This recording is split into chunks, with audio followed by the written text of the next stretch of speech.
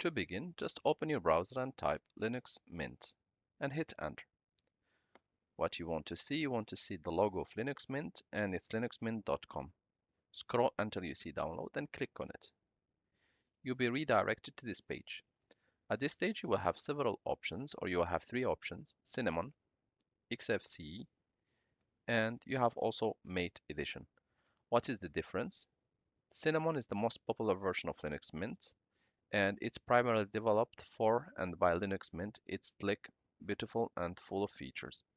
The XFCE edition is a lightweight desktop environment. It doesn't support as many features as the first edition. And finally, the Mate edition is a classic desktop environment. It is the continuation of GNOME 2, which was Linux Mint default desktop between 2006 and 2011. So you can choose which one you want. If you have an old laptop, I suggest to you to use this one, the XFCE, or if you have a modern one or new one, you can use the Cinnamon one. Just click download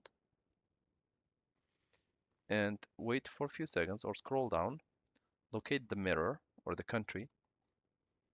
If you cannot find your country, locate the one the closest to you. So here I'm in Czech Republic, just click and the download should begin. You will need to wait a few seconds, up to a few minutes, and then the download will be complete. Once the download is completed, open your download folder and look for Linux Mint. You should have it somewhere. And once there, you have the ISO file ready to be used.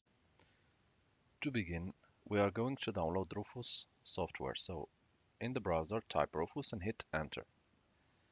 At this stage, click directly on Off Downloads under the Rufus website.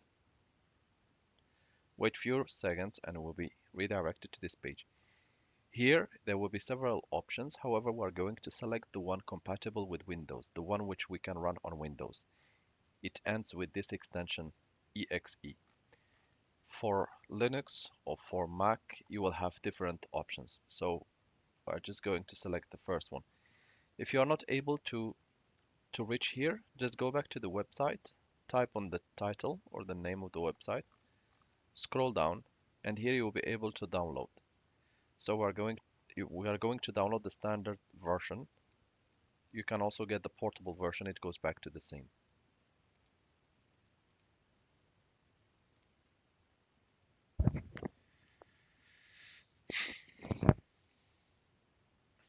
Once the download is completed, just click on it and double click on Rufus. Windows will ask you if you want to allow this application to make changes to your device. Just go ahead and click yes. The software will take a few seconds and then it should appear on the desktop. We're just waiting.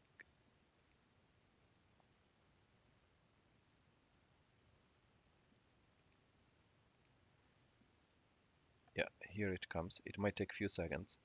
And here we have Rufus ready to be used.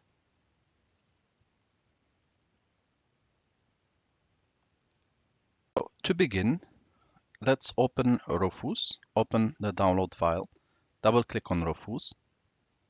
Windows will ask you if you want to allow this app to make changes to your device. You can go ahead and click yes. At this stage, we can close the download.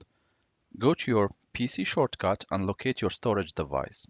And make sure that the storage device, if it's an SD card or a USB flash drive, make sure that it's empty. It does not contain any data, because any data contained there will be deleted during the process.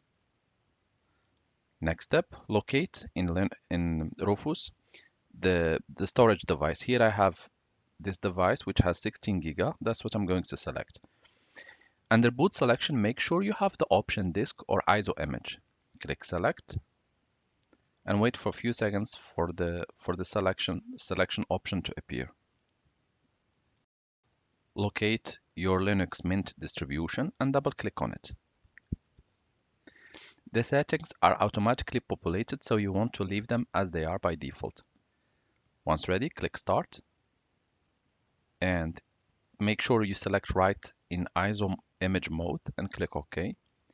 Click yes, OK again, and the process should start shortly.